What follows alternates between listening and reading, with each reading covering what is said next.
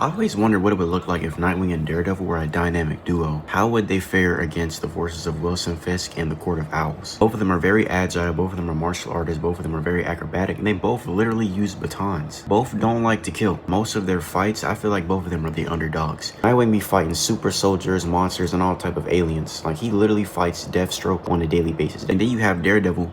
He deals with Wilson Fisk. That man is not a normal human. Wilson Fisk also be throwing hands with Spider-Man. And Spider-Man is superhuman. And Daredevil gives Wilson Fisk the work too. Daredevil be having to deal with Bullseye.